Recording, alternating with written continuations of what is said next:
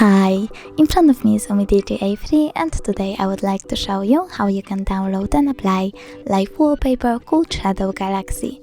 Firstly, open Play Store and type Shadow Galaxy.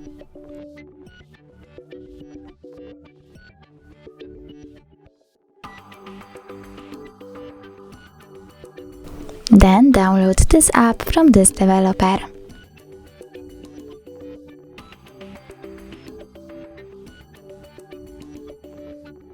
Open it, tap on Settings and adjust your wallpaper however you want to. When you're done, go back, click Open and tap on Set Wallpaper at the top right corner. Now you need to decide if you wanted to see it on home screen or home screen and lock screen by tapping on one of the options. Now when I go back, I can see that my wallpaper was successfully applied. Thanks so much for watching. If you enjoyed this video, don't forget to smash that like button, comment and subscribe. Bye!